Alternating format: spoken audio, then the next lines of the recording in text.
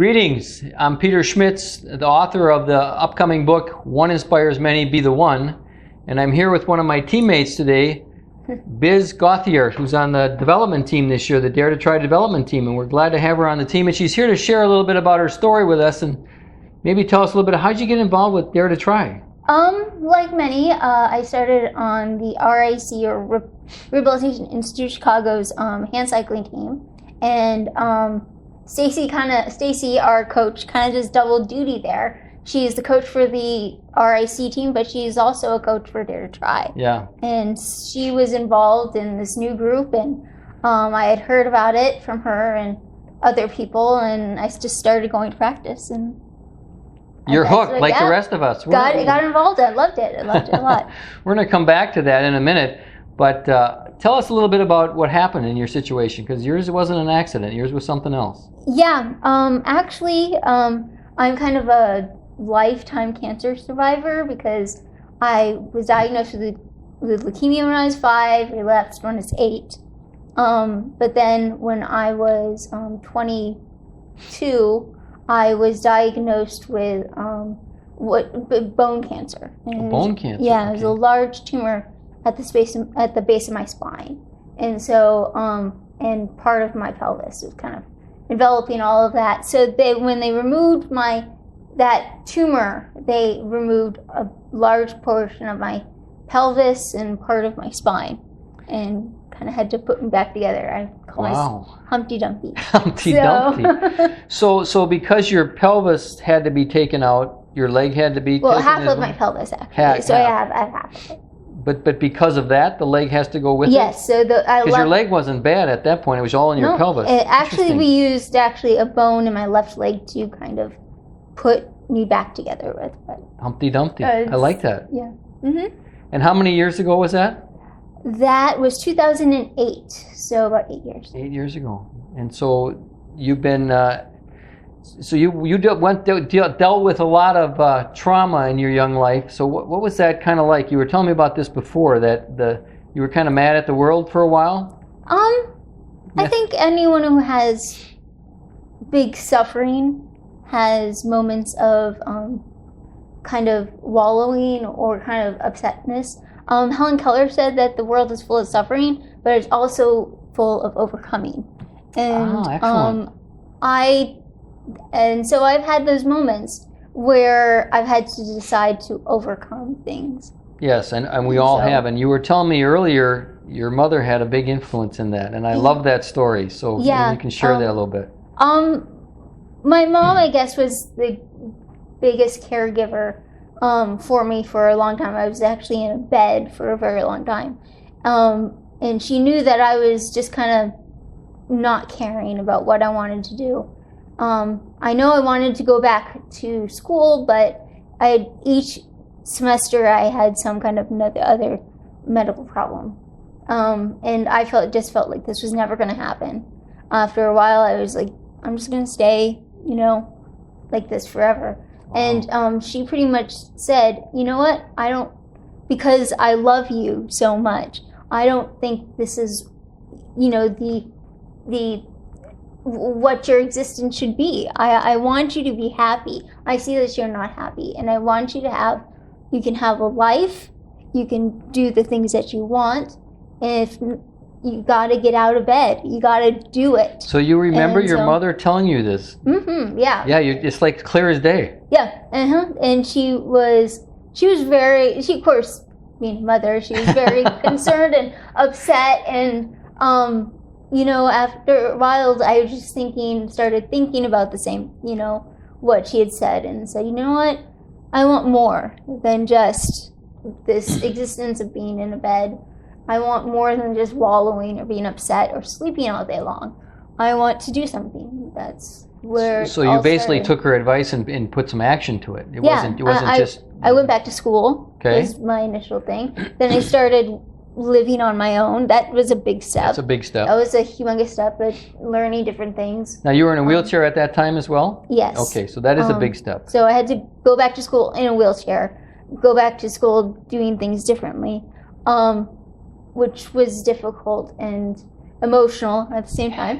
I'm sure. But then I decided kind of to I finished my degree in anthropology, and I had kind of stumbled on what's called disability studies and studied a lot more about what people with disabilities want to say, and that they are maybe different, or they want to be a part of this You world were telling me society. about this before, this disability studies program that you're involved in, and can you describe it in a nutshell for people? Because I find it fascinating. This probably didn't exist 10 years ago. It's as a group of disabled people, we have kind of identify with each other, and which is good, I think a good thing. And as a group can kind of share our experiences as being a disabled person in maybe a world that maybe not made for a disabled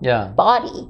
And so anyway, I right now I'm getting my master's degree in disability studies and human development here at University of Illinois at Chicago, which is great. And just like any other group, I'll be women's group or African American group or civil rights. We want our civil rights to be just as great. And so what will you do with this degree? You were telling me earlier, and I found it interesting that some of the things that you're going to be able to do with this.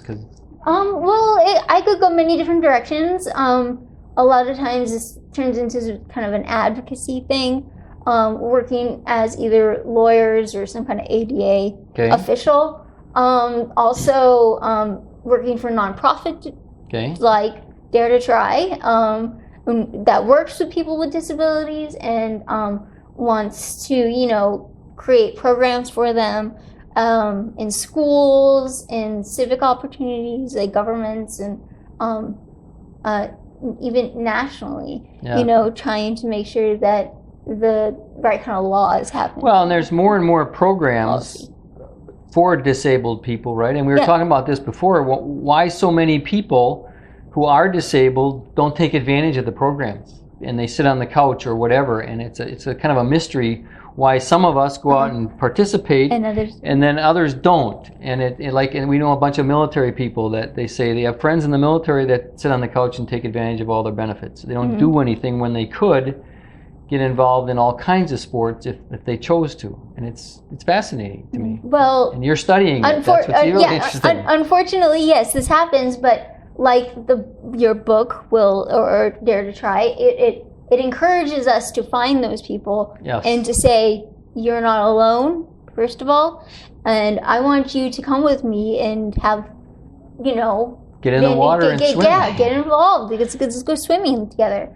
Let's, I don't know, do anything together. Anything. Anything that, maybe they want to do. Maybe they want to just go to a movie. I mean, I feel as if Dare to Try has offered me a great opportunity to meet so many people who have gone through suffering and gone through that overcoming experience, where we're now like bonded. Yeah. We have great friends because we kind of have this experience together. And more importantly, we have now triathlon together, which is again something that we overcome. We finish together. I might totally be the last one to finish, but still, we finished together, or we went to practice together, and all of these things are just important, and I think we encourage each other. Then. So how did you get involved in the triathlon? Because that's a pretty far reach from where you were a long time ago, right? 6 years ago. Yeah, but I'm kind of unfortunately each year I've kind of be beset by health problems. That's why I'm development team, even though I've been here a little longer. It's your first year. You'll be on the elite team. But I love it. It's I guess what really started me. We have a camp in Wisconsin, southern Wisconsin, and I went there that first year, kind of on the word of almost Stacy. She said, "Oh yeah, you should come to this camp that we're doing," and I went, and I guess Firstly, I get to talk to so many people, and then I got to really know more about equipment. I got to, start swimming, even though I'm not very good at swimming, but that's okay. You started. That's okay. again, like people said that you have encouragement, whether you still, and then eventually you have accomplishment. Yeah. And those are two Wait a really minute, say important that again. You have encouragement and then you have accomplishment? And both things are important in your life. That's good. Yeah. Very good. Mm-hmm. So you continue to do it now. You're on the development team. You're going to be doing a lot more. Yes. So what does it do for Biz? What does Biz get out of it personally?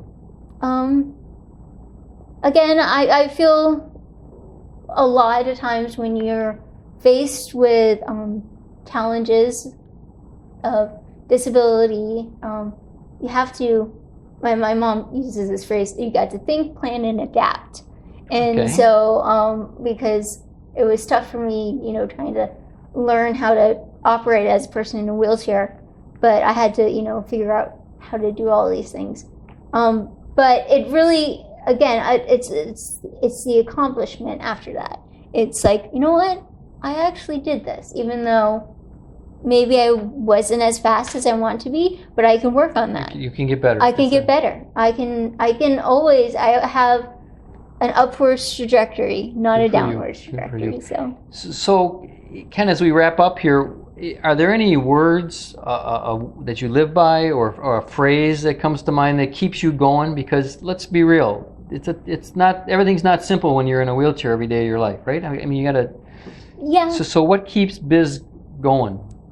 I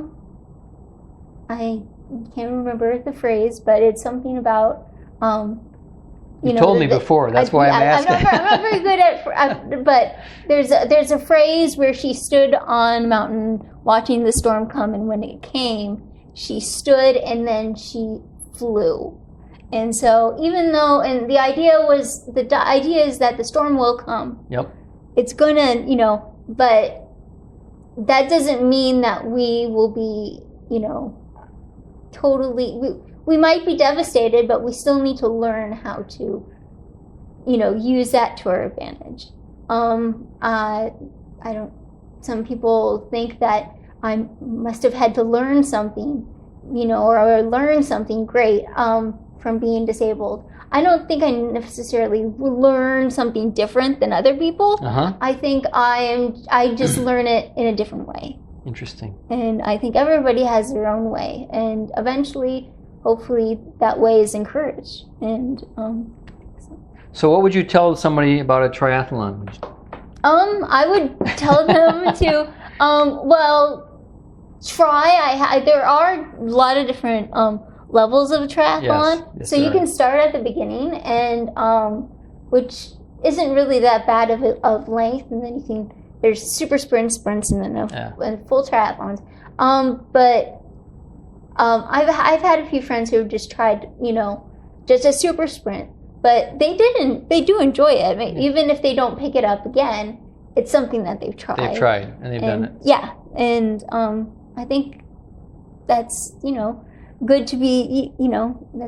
That's good for them. I mean, maybe they're not a triathlete, or they're just a bike rider. Yeah, they just So they got to find something they like to do, and not everybody needs to do a triathlon. Although we like to do them, and it doesn't mean they have to. I just tell people to get out and do something. Exactly. Do something. So, well, Biz, thanks very much for sharing your story. It's quite a story. I didn't know that much about your it's not an accident. It's cancer, and cancer is Cancer can do it. Cancer can do it, and so thank you very much for sharing today. Okay. And again, we're with Dare to Try. And we appreciate your support. Stacy is our coach. We love Stacy because she helps us all get better at our sport, because we're all trying to get a little bit better, improve a little bit every day, and that's what the world's about, and that's what Dare to Try is about. So thanks a lot. Great. Yay! Yeah, I gotta test the sound now. Great.